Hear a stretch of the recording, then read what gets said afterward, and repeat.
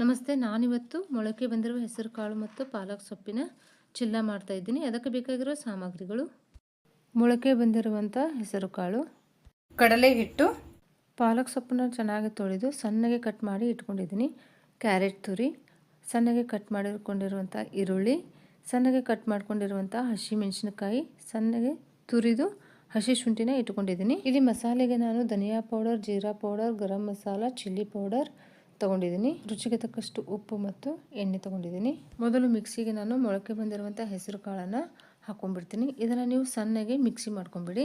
ನೀವು ಬೇಕಿದ್ರೆ ಕಡಲೆ ಕಾಳು ಇರುತ್ತಲ್ಲ ಮೊಳಕೆ ಬಂದಿದ್ದು, ಅದನ್ನು ಕೂಡ ನೀವು ಇದರಲ್ಲಿ ಹಾಕೋಬಹುದು. ನೀರು ಹಾಕಬೇಡಿ, ನೀರು ಹಾಕ್ತೇನೆ ಸಣ್ಣಗೆ ಮಿಕ್ಸಿ ಮಾಡ್ಕೊಳ್ಳಿ. ನೋಡಿ, ಈ ರೀತಿ ಸಣ್ಣಗೆ ಮಿಕ್ಸಿ ಮಾಡ್ಕೊಂಡ್ಬಿಡಬೇಕು. ಎಷ್ಟು ಸಾಧ್ಯ ಆಗುತ್ತೋ ಅಷ್ಟು ಸಣ್ಣಗೆ ಮಾಡ್ಕೊಂಬಿಡಿ. ಈಗ ಇದನ್ನು ಒಂದು ಬೌಲ್ಗೆ ತಗೊಂಡ್ಬಿಡ್ತೀನಿ ನಾನು. ಈಗ ಇದಕ್ಕೆ ನಾನು ಪಾಲಕ್ ಸೊಪ್ಪನ್ನು ಹಾಕೊಂಡ್ಬಿಡ್ತೀನಿ. ಸಣ್ಣಗೆ ಕಟ್ ಮಾಡ್ಕೊಳ್ಳಿ ಪಾಲಕ್ ಸೊಪ್ಪು, ಅಂದರೆ ಚೆನ್ನಾಗಿ ಬೇಯುತ್ತೆ. ನಂತರ ಕ್ಯಾರೆಟ್ ತುರಿ ಮಾಡ್ಕೊಂಡಿದ್ದೀನಿ, ಈರುಳ್ಳಿ ಸಣ್ಣಗೆ ಕಟ್ ಮಾಡ್ಕೊಳ್ಳಿ. ಇದು ಕೂಡ ನೀವು ಬೇಕು ಅಂದರೆ ಮತ್ತೆ ಯಾವುದಾದ್ರೂ ವೆಜಿಟೇಬಲ್ ಬೇಕು ಅಂದರೆ ಇದರಲ್ಲಿ ಆ್ಯಡ್ ಮಾಡ್ಕೋಬೋದು. ಹಸಿಮೆಣಸಿನ್ಕಾಯಿ ಸಣ್ಣಗೆ ಕಟ್ ಮಾಡ್ಕೊಂಡಿದ್ದು, ಇದನ್ನು ಹಾಕೋಬೇಕು. ರುಚಿಗೆ ತಕ್ಕಷ್ಟು ಉಪ್ಪು, ಪುನಃ ಆಮೇಲೆ ನೀವು ನೋಡ್ಕೊಂಡು ಟೇಸ್ಟ್ ಮಾಡ್ಕೊಂಡು ಜೀರಾ ಪೌಡರ್, ನಾ ಎಲ್ಲ ಪೌಡ್ರನ್ನೇ ಹಾಕೋತೀನಿ. ಸ್ವಲ್ಪ ಧನಿಯಾ ಪೌಡರ್, ಎಲ್ಲ ಅರ್ಧ ಅರ್ಧ ಹಾಕೋತೀನಿ. ಕ್ವಾಂಟಿಟಿ ನೋಡಿ. ಚಿಲ್ಲಿ ಪೌಡರ್ ಸ್ವಲ್ಪ ಹಾಕೋತೀನಿ. ಗರಂ ಮಸಾಲ, ಎಲ್ಲ ಮಸಾಲೆಗಿಂತ ಕಡಿಮೆನೇ ಗರಂ ಮಸಾಲ ಹಾಕೊಂಡಿದ್ದೀನಿ. ಈಗ ನಾನು ಇದನ್ನ ಎಲ್ಲ ಚೆನ್ನಾಗಿ ಮಿಕ್ಸ್ ಮಾಡಿ ಆಮೇಲೆ ಕಡಲೆ ಹಿಟ್ಟು ಹಾಕೋತೀನಿ.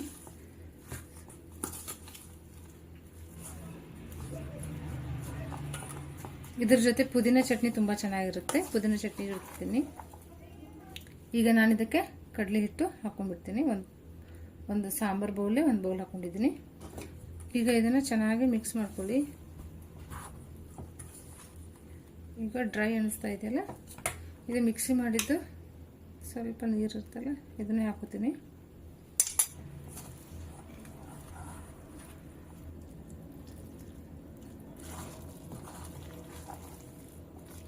ಸ್ವಲ್ಪ ಗಟ್ಟಿನೇ ಮಾಡ್ಕೋತೀನಿ ನಾನು. ದೋಸೆ ಹಿಟ್ಟಿನ ಅದಕ್ಕೇನು ಮಾಡ್ಕೋದಿಲ್ಲ. ಅಂದರೆ ತವಾ ಮೇಲೆ ಹಾಕಿ ಸ್ವಲ್ಪ ಸ್ಪೂನ್ಲೇ ದೋಸೆ ಥರ ಮಾಡ್ಕೊಂಡ್ಬಿಟ್ರೆ ಚೆನ್ನಾಗಿ ಬರುತ್ತೆ. ರೆಡಿಯಾಗಿದೆ. ಸ್ವಲ್ಪ ಒಂದು 10 ನಿಮಿಷ ನೆನೆಯಲಿ. ಸ್ಟವ್ ಆನ್ ಮಾಡ್ಕೊತೀನಿ.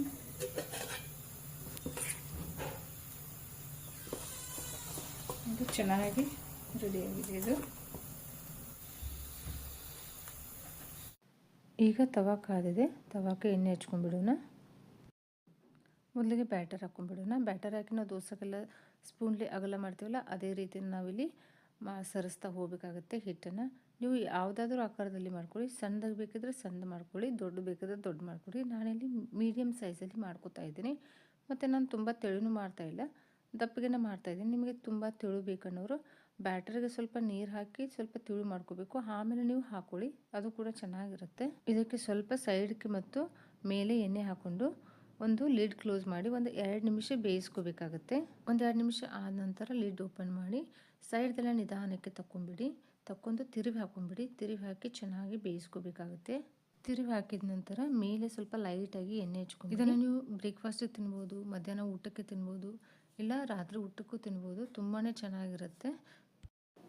ನೋಡಿ, ಈ ರೀತಿ 2 ಕಡೆ ಚೆನ್ನಾಗಿ ಬೇಯಿಸ್ಕೊಂಡ್ಬಿಡಿ. ನೀವು ಇದನ್ನು ಪುದೀನ ಚಟ್ನಿ, ಕೊಬ್ಬರಿ ಚಟ್ನಿ, ಟೊಮೆಟೊ ಚಟ್ನಿ, ಯಾವ್ದಾದ್ರು ಚಟ್ನಿ ಜೊತೆ ತಿನ್ನಿ, ತುಂಬಾ ಚೆನ್ನಾಗಿರುತ್ತೆ. ಇದನ್ನು ನೀವು ಸ್ಕೂಲ್ ಲಂಚ್ ಬಾಕ್ಸ್ಗೆ, ಹಸ್ಬೆಂಡ್ ಲಂಚ್ ಬಾಕ್ಸ್ಗೆ ಹಾಕ್ಬೋದು, ಅದು ಕೂಡ ನಡೆಯುತ್ತೆ.